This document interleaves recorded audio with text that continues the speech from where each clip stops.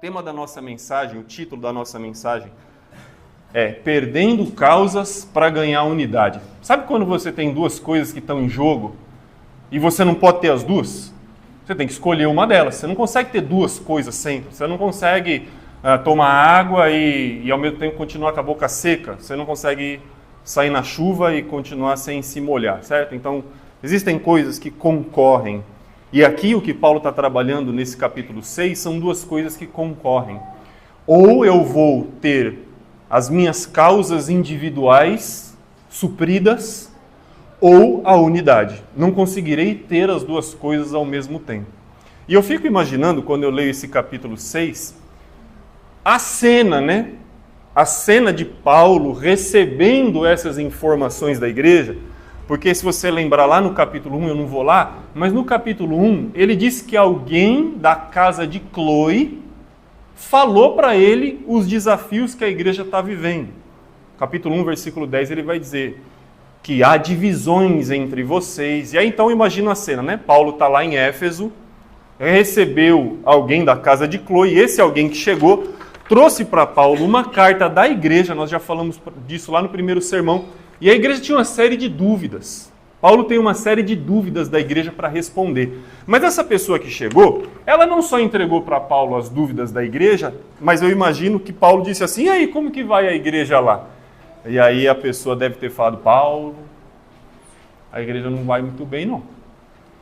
A igreja está toda dividida em partidos, os irmãos estão entregues às filosofias humanas, inclusive falando nisso, Paulo, você não está com muita moral lá entre o pessoal, para ser honesto. Tem irmão que está dormindo com a mulher do pai. Tem irmão que está levando o outro para tribunais para processar. Então eu imagino assim, né, Paulo coçando a cabeça, falando, meu Deus. E aí ele escreve a carta com tudo isso em mente. E o que a gente encontra aqui no capítulo 6 é mais uma situação que Paulo descreve como uma situação de vergonha para a igreja. Lembra da vergonha do capítulo anterior? Tinha um cara dormindo com a mulher do pai e Paulo disse o quê?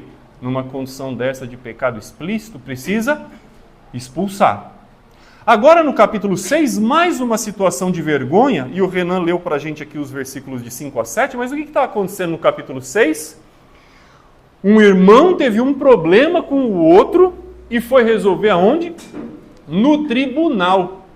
Processou o irmão.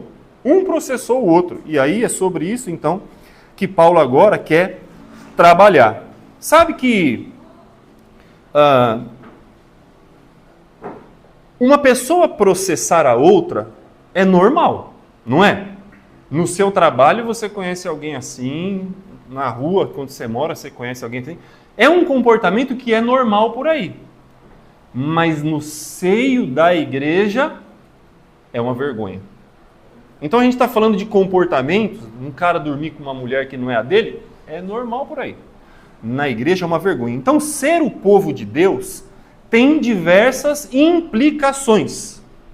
Tem privilégios de ser o povo de Deus? Se tem privilégios. Mas tem também responsabilidades. Então eu quero trabalhar sobre isso. E eu quero que você pense numa frase, que é o que a gente chama de tese do sermão. Esse sermão em uma frase, no final de tudo, o que eu quero que você entenda é que herdar o reino de Deus exige que a gente tenha uma vida nova. Herdar o reino de Deus exige que eu tenha uma vida nova. E nessa vida nova de um cidadão que entrou no reino de Deus, a unidade vale mais do que os meus direitos, certo? Lucas, você vai falar 40 minutos. Vou falar 40, 30, não sei, quem sabe, né? Se Deus abençoar, 20. Mas é isso, é essa frase que eu quero explicar para vocês, tá bom? Então vamos lá.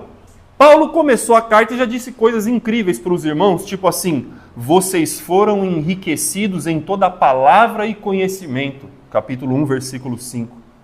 Vocês e eu também, né, recebemos o Espírito de Deus para que conheçamos o que por Deus nos foi dado. Capítulo 2, versículo 12. Inclusive aqui no capítulo 6 ele vai dizer ali no verso 2 e 3, os santos, a igreja, vai julgar o mundo, vai julgar até os próprios anjos. Veja como existe uma série de virtudes e de privilégios de ser o povo de Deus. Quando nós somos o povo de Deus, nossa, gente, nós somos enriquecidos, nós somos abençoados com o conhecimento do Espírito de Deus, nós nos tornamos juízes sobre a humanidade e sobre os anjos. Esses são os privilégios. Mas, junto com todos esses privilégios de dons, de sabedoria, de direcionamento, ser o povo de Deus também traz as suas responsabilidades, não é? E a primeira responsabilidade que vem junto é a de ser ou de dar um bom testemunho para a sociedade. Então acompanha comigo a leitura, eu vou ler aí o versículo 1 até o versículo 6, ó. Aventura-se algum de vós, tendo uma questão contra o outro, a submetê-lo a juízo perante os injustos e não perante os santos? Ou não sabeis que os santos hão de julgar o mundo? Ora, se o mundo deverá ser julgado por vós, sois acaso indignos de julgar as coisas mínimas? Não sabeis que havemos de julgar os próprios anjos? Quanto mais as coisas desta vida? Entretanto, vós, quando tendes a julgar negócios terrenos, constituí um tribunal daqueles que não têm nenhuma aceitação na igreja. Para a vergonha, vô-lo digo, não há porventura nem ao menos um sábio entre vocês que possa julgar no meio da irmandade? Mas irá um irmão a juízo contra o outro irmão, e isto perante incrédulos? Veja o que Paulo está dizendo aqui. Ele já pôs essa ideia do tribunal. E tribunal era uma coisa que existia no mundo todo, no mundo antigo, e em Corinto e em muitas cidades existiam. Os judeus julgavam as suas causas nas sinagogas, e até se a gente vai lá mais no Antigo Testamento, esses julgamentos aconteciam na porta da cidade, né? Se você gosta de ler o Antigo Testamento, as causas dos judeus eram julgadas pelos anciãos, pelas pessoas velhas, na porta da cidade. Então a cidade era murada, tinha um portãozão por onde você entrava, e quando dois cidadãos judeus tinham um problema, eles iam nesse ancião na porta da cidade e falavam, ó, eu tô com esse problema com esse cidadão aqui, porque, sei lá, o animal dele matou um animal meu, ele não quer me pagar, enfim. E o ancião era o juiz, julgava essa causa. Essa ideia do julgamento já acontecia desde aquela época. E a gente sabe que tem realmente um tribunal em Corinto, porque depois lá na sua casa você leia Atos capítulo 18, que é quando Paulo passa na cidade de Corinto. Ele vai pregar por algumas semanas nas sinagogas e o que acontece? Os judeus ficam irritados com Paulo, expulsam Paulo da sinagoga e levam ele ao tribunal. Atos capítulo 18. Lá em Corinto, Paulo é levado ao tribunal. E você lê a história lá que se ajunta uma multidão em volta de Paulo e eles começam a questionar. E aí o juiz lá diz, olha, se é coisa de palavras de vocês, eu não quero nem saber. Vamos desfazer esse motim, porque senão Roma vai acusar a gente de sedição. Talvez você lembre dessa história, Atos capítulo 18. O que eu quero que você pegue dessa história agora? Que o tribunal onde Paulo foi levado em Corinto, possivelmente é este mesmo tribunal onde o irmão está levando o outro. Então as realidades que eu enxergo lá em Atos 18, eu posso trazer para cá. O que aconteceu em Atos 18? Paulo estava sendo acusado publicamente. Então, como é um tribunal em Corinto, não é dentro de um... Você abre hoje não é assim? Você chega no fórum, entra numa sala, é você, o juiz, o advogado, o acusador, a vítima, é essas pessoas, né? Como que era o tribunal lá? Era no meio da rua. Era numa praça pública, onde o juiz ficava. Igual esse modelo aí dos judeus na porta da cidade. E aí eu quero que você imagine a cena. Um irmão teve problema com outro irmão, eles foram lá no meio da rua, diante de um juiz, e começou lá, isso me deve, e não me paga, e não sei o que lá. E quem está passando na rua e quiser parar e assistir, pare e assiste. E olha e fala, mas não é esses dois, não é aquele pessoal que passa por aí pregando sobre perdão? Não é esses aí que passa por aí falando sobre amor, que estão agora se acusando, né? E aí imagina, os cidadãos corintos todos parando em volta para assistir dois cristãos apontando o dedo um na cara do outro, sem conseguir resolver o seu problema, e esperando um juiz incrédulo solucionar o problema. Então esse é o primeiro ponto que eu trago aqui. Que eu quero pensar o seguinte: por que cristãos brigam diante das pessoas do mundo? Essa é a primeira coisa que eu quero pensar. Por que cristãos brigam diante das pessoas do mundo? Qual é o testemunho que isso traz para o Evangelho? Cristãos brigam ou não? Brigam. Deveriam? Não, não deveriam. Mas acontece, porque nós somos pessoas, nós não somos perfeitos, nós falhamos. Às vezes usamos palavras que não devem, às vezes não pensamos exatamente no que falar. Eu sou especialista em dizer o que eu não gostaria e me arrepender depois. Mas o problema é um. Não conseguir solucionar é outro. E é isso que Paulo quer tratar. Paulo não fala tanto sobre o conflito, mas sobre a solução do conflito. Então, imagina os cristãos discutindo publicamente, lavando roupa suja na frente da sociedade das pessoas. Que péssimo testemunho para o Evangelho. E assim, esse era o problema, o primeiro problema que essas disputas traziam, descrédito diante da sociedade. E eu já queria deixar uma lição aqui para a gente, que é: quando eu ou você saímos daqui e vamos para casa e reclamamos da igreja para alguém, nós não estamos fazendo a mesma coisa? Quando eu saio daqui, chego em casa e reclamo para o meu pai, para minha mãe, que não são cristãos, reclamo para os colegas de trabalho, critico os meus irmãos, a minha congregação, eu não estou dando a ele a condição de me julgar? Eu não estou expondo a ele problemas de natureza que ele não conhece? E ele não vai se tornar juiz? Eu não estou fazendo como esses coríntios, dando a faca e o queijo para que essas pessoas possam querer julgar erradamente a vida cristã? E aí, qual é a chance depois dessa pessoa querer conhecer a igreja aonde você vai? Qual é a chance dessa pessoa querer conhecer o Jesus que você diz seguir, se olhando de fora ele vê que a gente não se entende e não consegue resolver os nossos problemas? Então, primeira questão que eu queria pensar era essa. Então, nós precisamos vigiar para dar um bom testemunho do Evangelho para as pessoas de fora. Quer dizer então que eu tenho que chegar em casa e fingir que na igreja todo mundo é bacana? Não. Não. Ela deve ser bacana. Ela deve ser. Se a igreja não está sendo um lugar bacana, né? E eu não falo bacana no sentido de descontraído, legal. Eu falo um lugar verdadeiro, honesto, onde eu tenho prazer de estar. Nós não devemos fingir que a igreja é legal. Devemos fazer dela um ambiente bom, porque Cristo a concebeu em perfeição, com toda a direção para que ela seja boa. Se ela não está sendo boa, a culpa é de quem? De Jesus? É nossa. Se a gente quer que ela seja boa, tal qual Jesus propôs, quem precisa mudar? Nós. Vamos fazer dela então o lugar ideal, resolvendo os nossos conflitos. É sobre isso que nós estamos trabalhando hoje, mas o primeiro ponto é esse: dar bom testemunho para a sociedade. Segundo ponto, que eu falo sobre responsabilidades de ser povo de Deus. Nós temos um monte de privilégios, mas temos responsabilidades. Primeira, dar bom testemunho. Segunda, exercer justiça melhor do que um tribunal humano. A igreja deve ser capaz de exercer a justiça melhor do que um tribunal humano. Ultimamente a gente tem visto bastante escândalo. Bastante escândalo sobre o STF, né? Supremo Tribunal Federal aí, de Justiça. E juiz é isso, gente. Juiz é isso. A justiça está aí no mundo para tentar fazer justiça, e às vezes ela consegue, mas o ser humano é um problema. A lei de Moisés já falava sobre essa questão de julgamento injusto. Se você for olhar o Antigo Testamento, você lembra de Samuel? Um excelente juiz. Como eram os filhos de Samuel?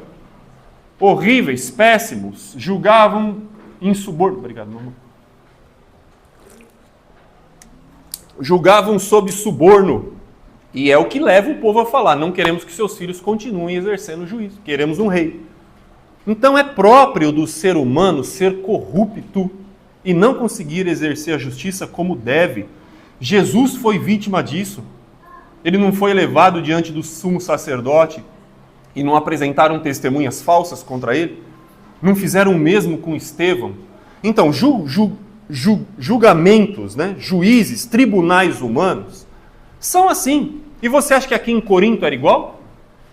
Era igual. Era o mesmo estilo. E alguns membros da igreja estão recorrendo a isso para resolver o seu problema. A igreja não consegue resolver o seu conflito e vai apelar para gente que é também corrupta. Para gente que na hora de julgar também tem os seus privilégios. Então Paulo diz o quê? A igreja é o melhor lugar para se resolver conflitos. Ele não falou isso? Versículo 4, versículo 5. Vós, quando tendes a julgar negócios terrenos, vocês constituem um tribunal daqueles que não têm nenhuma aceitação na igreja? Mas que vergonha, hein? Não há um só entre vocês que seja sábio o suficiente para julgar? Ele está dizendo que na igreja é o melhor lugar para resolver. Por quê? O que a gente tem que o... Como que é o nome? Do carequinha lá? O que a gente tem que o Alexandre de Moraes não tem? Temor a Deus. Sabedoria divina. Lembra do que Paulo já vem tratando no texto? Aqui, na hora de julgar alguma coisa, o rico tem privilégio sobre o pobre? Aqui, o rico tem privilégio sobre o pobre? Gente, aqui, o rico tem privilégio sobre o pobre? E lá? Aqui, o influente tem privilégio sobre o não influente? E lá? Aqui tem o poderoso vai vencer as questões todas aqui na igreja? O que vence aqui não são pessoas, é a verdade que vence. É a verdade, é o que é certo. Ah, mas é o pobrezinho analfabeto contra o doutor milionário. Não interessa. A verdade vale. Se tiver a verdade com ele, ele vence. Porque a verdade vence. Então, a igreja julga, ou deveria pelo menos julgar, melhor do que qualquer tribunal humano. Porque se a gente segue uma lei divina, por que a gente tem conflito um com o outro? Eu quero também pensar nisso. Quem aqui vai aceitar suborno para julgar injustamente? Não deveria acontecer. E lá, acontece? Você está entendendo? Aonde é o melhor ambiente onde a justiça pode ser encontrada? Aqui ou na primeira vara de São Bernardo? E quem sabe na segunda instância? Quem sabe? E na última instância, onde é o lugar onde a justiça vai ser encontrada plenamente? Aqui ou lá no STF?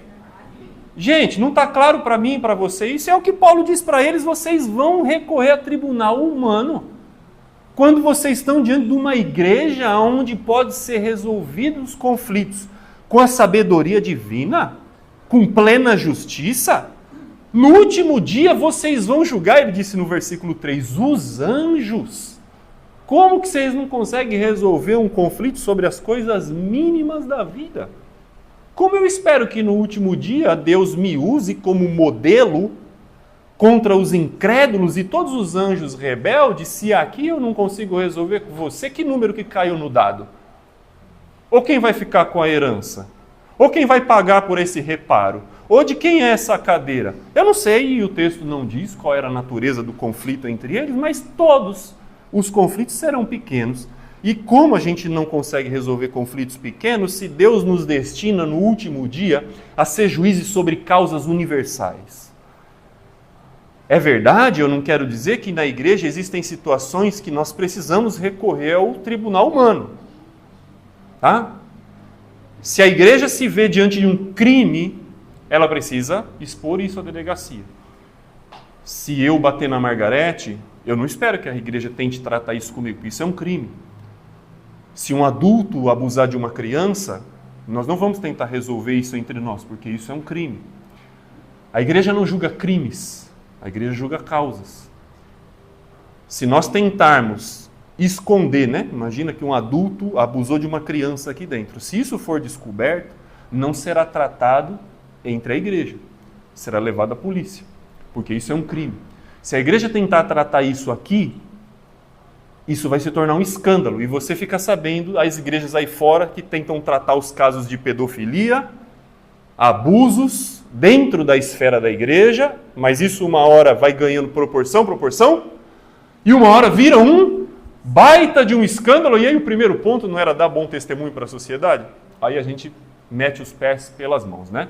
Então, crimes, questões criminais, abusos de incapazes, isso será levado para ser julgado criminalmente.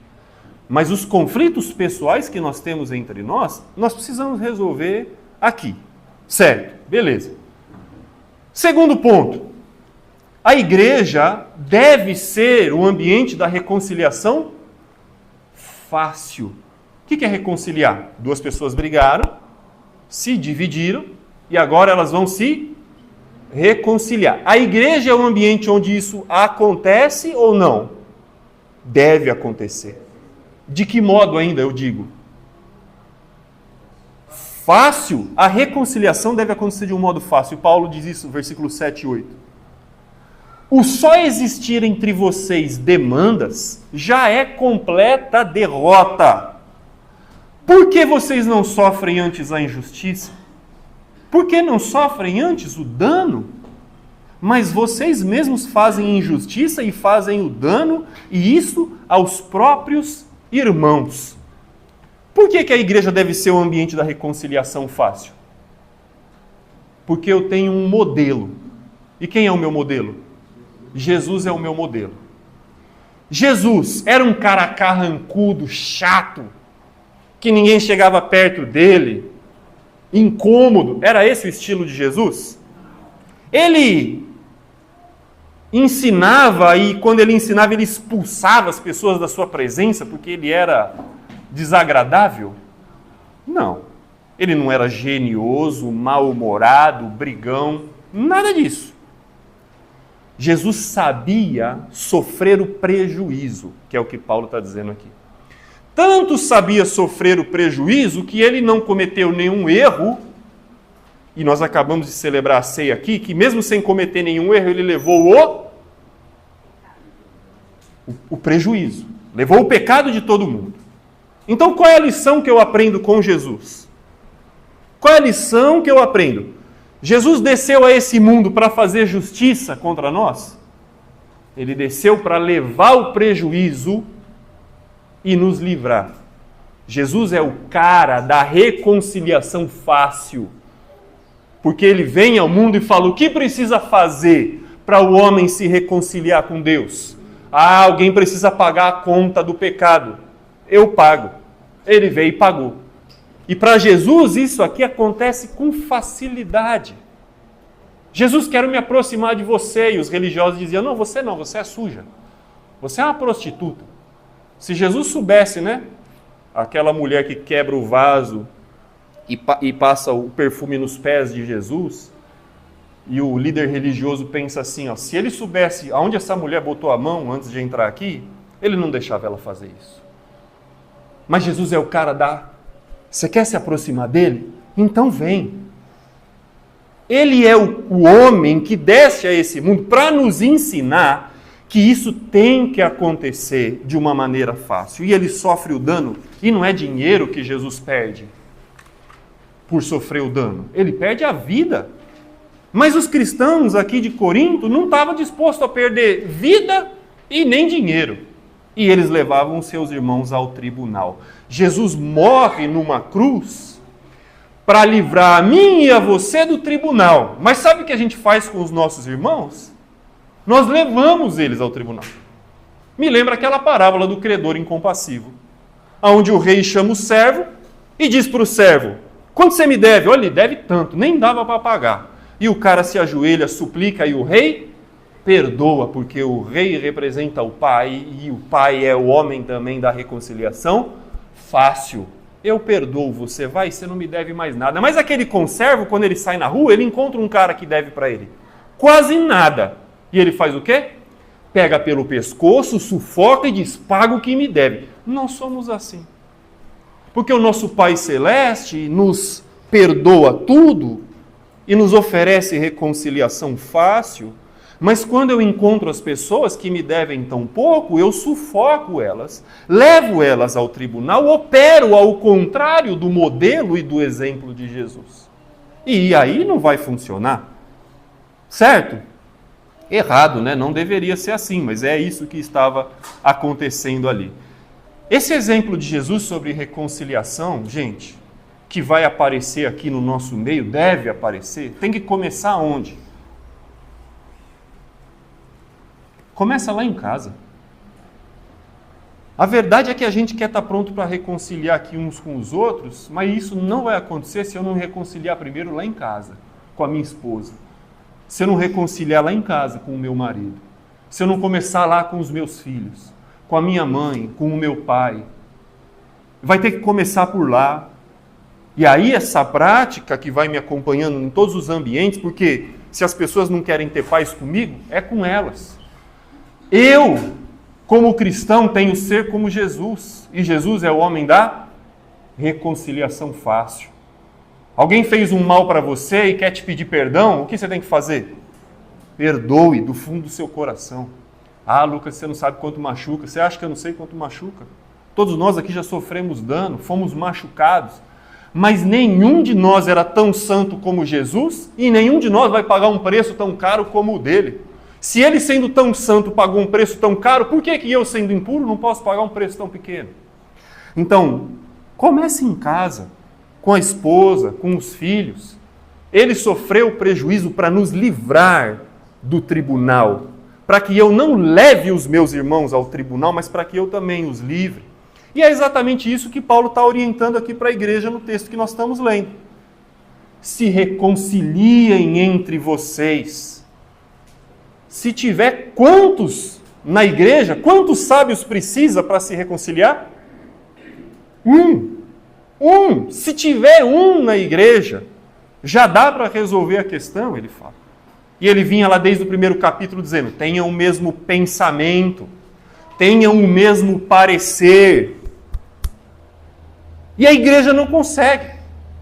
Eu não consigo me entender com você, eu não consigo te perdoar, ou você me perdoar, então nós vamos resolver isso lá no meio da rua, diante de todo mundo, para todo mundo ver que a igreja é um lugar que, na verdade, fala sobre perdão, mas que não consegue praticar o perdão.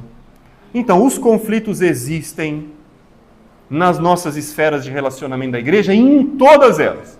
Em casa, no trabalho, na família, na rua, no trânsito, com gente que você vê todo dia e com gente que você nunca vê. Você tem atrito e eu tenho atrito com todo mundo. Mas qual é a diferença da igreja? Que aqui eu preciso ter encontro com pessoas que também queiram a solução. Nós somos imperfeitos, mas precisamos viver, mas não precisamos viver em guerra uns com os outros. Então, olha, eu quero que você pense nesse versículo 7. Por que vocês não sofrem antes a injustiça? Por que vocês não sofrem antes o dano? Se a unidade do corpo, se para que a gente seja um, isso requer que eu saia perdendo, pois então que seja, é isso que Paulo está falando, pois então que seja, o que vale eu sair ganhando uma discussão, se essa discussão que eu ganhei fragmenta todas as nossas relações, qual é a vitória disso? Ele vai dizer, o só existir demandas já é uma completa derrota. Só o fato de haver desavença, já está todo mundo perdendo. E aí eu lembrei daquela frase famosa da Dilma, né? Quem lembra? Eu não acho que quem ganhar ou quem perder, nem quem ganhar e quem perder vai ganhar ou perder. Vai todo mundo perder. Vocês lembram dessa frase, né? É isso que acontece. Ah, hoje eu entendi o que a Dilma quis dizer. Quando há conflitos na igreja, eu não acho que quem ganhar ou quem perder, nem ganha e nem perde. Nem vai ganhar, nem vai perder, vai todo mundo perder. Agora eu entendi o que a Dilma quis dizer aquele dia. Quando dois cristãos brigam, já há derrota. Quando eles não conseguem se resolver, há completa derrota. E aqui eles recorrem a um tribunal humano buscando... Você vai ao tribunal buscar As pessoas falam assim, né? Quando alguém mata o outro, aí o repórter vai e fala: o que você quer? Eu quero justiça. E Paulo diz: mentira. Versículo 8: porque vocês mesmos fazem a injustiça e fazem o dano contra os próprios irmãos. O irmão vai ao tribunal acusar o outro, você acha que ele quer justiça? Quer injustiça. Porque quando você leva uma pessoa ao tribunal, e não é isso que Jesus disse lá em Mateus 5, que o juiz vai fazer você pagar até o último centavo. E a pessoa que vence a causa, ela tem prazer em ver a outra suando para conseguir pagar. Porque a gente não quer justiça. Eu tenho prazer em ver o outro ser humilhado e eu ser o vitorioso. Ah, isso não cabe aqui no nosso meio. O processo só acontece entre cristãos quando ninguém aceita dar um passo atrás. E isso já é completa derrota. Então qual que deveria ser a nossa primeira instância? Os conflitos vão acontecer entre nós? Vão. Qual é a primeira instância do cristão? É o diálogo. É o diálogo entre nós que tivemos o problema.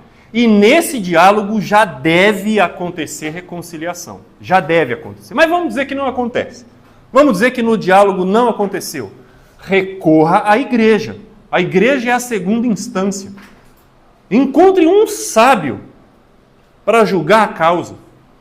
E aí, em último caso, se também não resolver, aí você vai para o tribunal humano. Mas aí eu digo que o que vocês estão perdendo é o coração, já não é mais o dinheiro ou o que quer que seja discutido ali, né?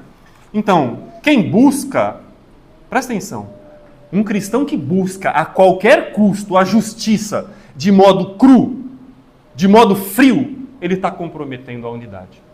Sabe? Quem quer tudo no preto e no branco. É para que é preto e no branco. Você fez, você tem que pagar. Gente, eu sou zeloso pelo que é bom e pelo que é certo. Mas pessoas que gritam por justiça o tempo todo, elas fragmentam a igreja, porque geralmente elas estão brigando por causas que não são verdadeiramente a vontade de Deus. Não aceitam ser contrariados. Sabe pessoa barraqueira? Sabe gente barraqueira? Então, gente barraqueira que reclama por causa de tudo, que faz bagunça por causa de tudo. A sentença só serve quando é ao meu favor. A igreja não tem espaço realmente para isso. E Paulo, se você prestar atenção, ele não está preocupado com o exercício da justiça. Ele nem está preocupado quem fez, para quem fez, o que deve, quanto deve. Isso não importa. Paulo não diz para a gente resolver aqui para aplicar a justiça. Não. A justiça não está em primeiro lugar, ela é secundária. A primeira lição é a disposição de abrir mão do meu ego em favor da unidade. Eu já disse isso lá atrás. Você vale alguma coisa aqui? Vale. Você vale? Vale. Cada um vale, mas ninguém vale mais do que o todo. Ninguém. Todo mundo vale, mas ninguém vale mais do que o todo. Então, quando o meu ego, quando a minha vontade, quando o meu querer tem que se impor sobre os demais, o que eu estou fazendo com o corpo? Eu estou machucando o corpo. Eu estou danificando, eu estou lesando o corpo. Eu não estou seguindo o exemplo de Jesus que foi à cruz. E quando Jesus vai à cruz, ele vai sofrer o prejuízo ou ele vai gritando por justiça?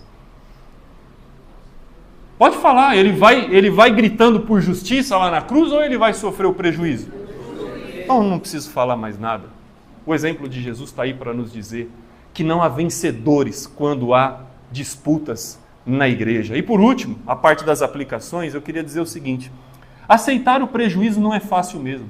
Não é fácil. Já pensou alguém te faz um negócio mal e você fala: meu, caramba, a pessoa fez isso para mim, me tirou alguma coisa, me causou um prejuízo, seja financeiro, emocional, qualquer que seja, e agora eu tenho que fazer aquilo que Jesus falou. Quando o seu irmão pecar contra você, você tem que ir lá e pedir, resolver com ele.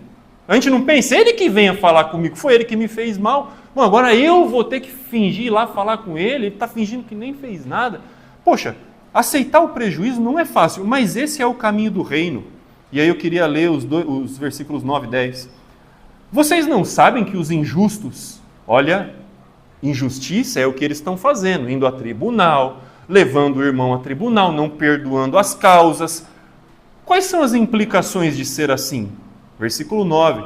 Vocês não sabem que os injustos não herdarão o reino de Deus? Não se enganem. Nem impuros, nem idólatras, nem adúlteros, nem efeminados, nem sodomitas. Se você tiver a NVI, ela vai traduzir corretamente homossexuais ativos e passivos, que os homossexuais hoje estão tentando dizer que a tradução não era bem essa. É essa mesmo aí.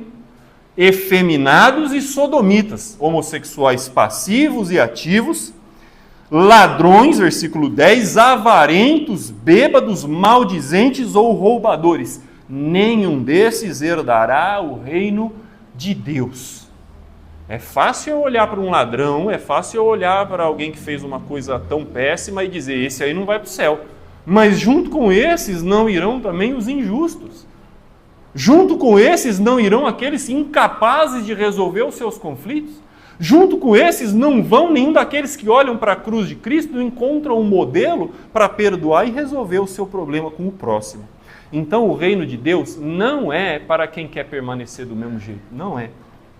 É isso que Paulo está dizendo. Ele pegou aquela lista do capítulo 5, ampliou agora ainda mais, acrescentou mais 5 itens que não estavam lá, acrescentou o adultério, o homossexual passivo, o ativo, o trapaceiro, que é o roubador, mas ele começa a lista já exatamente com o injusto, que a NVI vai traduzir por perverso.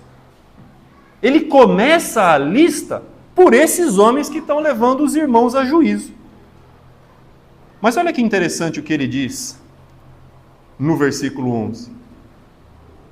Muitos de vocês já foram assim. Já foram assim. Não devem mais ser.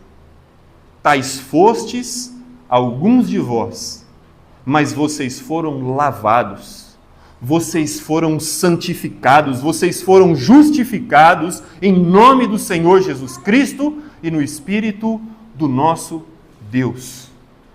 Nós já fomos assim, mas não devemos ser mais assim, porque agora estamos buscando o reino de Deus. E a vida cristã não é um exercício de moralidade, não é um exercício de asepsia, né? Ai, não toca nisso, não anda naquela rua, não entra no carro daquela pessoa, não mexe, né? Não é vida cristã, não é isso. A vida cristã é o fato de que Deus me resgatou e tudo que não era possível no passado, agora é. Você brigou a vida inteira com todo mundo? Não tem problema, eu também. Mas agora não é mais assim. Se continuar sendo assim, então o reino de Deus não é para mim, porque o reino de Deus não é para quem quer ficar do mesmo jeito. Não importa se você foi homossexual, ladrão, mentiroso, adúltero, efeminado, roubador, não importa. Não importa o que você foi. Jesus te fez uma nova pessoa. E no caminho para o reino de Deus, todos esses pecados, incluindo a injustiça, devem ter ficado para trás. Renunciar a mim mesmo é a primeira coisa que eu preciso perder. Paulo não está falando sobre sofrer o dano. A gente não precisa aprender a sofrer o dano. E a gente só entra no reino de Deus quando aprende a sofrer o dano mesmo. Eu tenho que chegar a Jesus aprendendo a sofrer o dano. Primeiro dano que eu perco, quando eu chego a Jesus, é o controle da minha própria vida. Essa é a primeira coisa que eu perco. Para você entrar no reino de Deus, a primeira coisa que você perde, o controle da sua vida. Outra coisa que você perde, o seu jeito de fazer as coisas. Quando Cristo é o meu Senhor, não tem mais o meu jeito. Não tem mais a minha vida. Tem a vida que Cristo compra. Tem o jeito que Ele me ensina. Já não tem mais a minha sabedoria desse mundo. Já não tem mais o meu ego.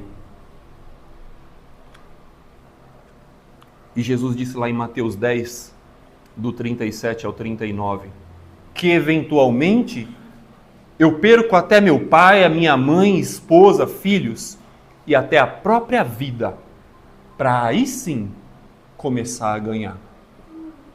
Quem ama seu pai e sua mãe mais do que a mim, não é digno de mim. Não está pronto para perder, não vai ganhar nada. Quem ama seu filho, a sua filha mais do que a mim, não é digno de mim. Não está pronto para perder, não vai ganhar nada. E quem não toma a sua cruz e vem após mim, não é digno de mim. Quem acha a sua vida, perdê-la-á. Quem todavia perde a vida por minha causa, achá-la. Entrar no reino de Deus significa aprender a sofrer o dano. E quem não está pronto para sofrer o dano, não vai encontrar a porta de entrada para o reino de Deus. Renunciar a mim mesmo é a primeira perda. E esses cristãos estão mostrando, ao levar o seu irmão para o tribunal, que já estão fora do reino de Deus. Porque não aceitam perder nada. Querem ganhar tudo. Custe o que custar.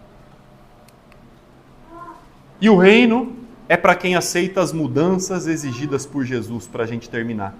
A obra de Jesus recupera qualquer pessoa. Não importa o traste que você foi, viu? Não importa o traste que você foi no passado, ele já disse aqui, tais fostes alguns de vós. Fostes, não são mais. Vocês foram. Ixi, Jesus, mas se você soubesse do meu passado, ele sabe. Ele sabe e ele te chamou para mudar de vida. Então, Jesus opera a mudança. E o último versículo mostra que nós não somos mais a mesma pessoa. Então, por que às vezes a gente ainda quer resolver as coisas como se fosse? Se eu já não sou mais a mesma pessoa, por que eu quero resolver as coisas no confrontamento, como se eu ainda fosse aquela velha pessoa? Porque ainda brigamos e somos impiedosos, muitas vezes, com os próprios irmãos. Que tal aprender com Jesus? Que tal aprender com a disposição dele de perder tudo e de todo mundo? O resultado que a gente colhe não é só uma vida melhor entre igreja, mas é o próprio destino. É o reino de Deus que eu ganho quando eu perco as coisas. Quando você está diante de um conflito com um irmão, e mesmo estando certo, aceita o prejuízo, sabe o que é isso? Você sabe que você está certo. Mas para você buscar a sua justiça, você vai matar a fé do seu irmão. Você vai fragmentar a igreja. Você vai destruir a unidade do corpo. E você então engole seco e fica quieto. Deixa que Deus, na hora certa, traz a verdade à tona. Não vou fazer isso, não vale a pena agora.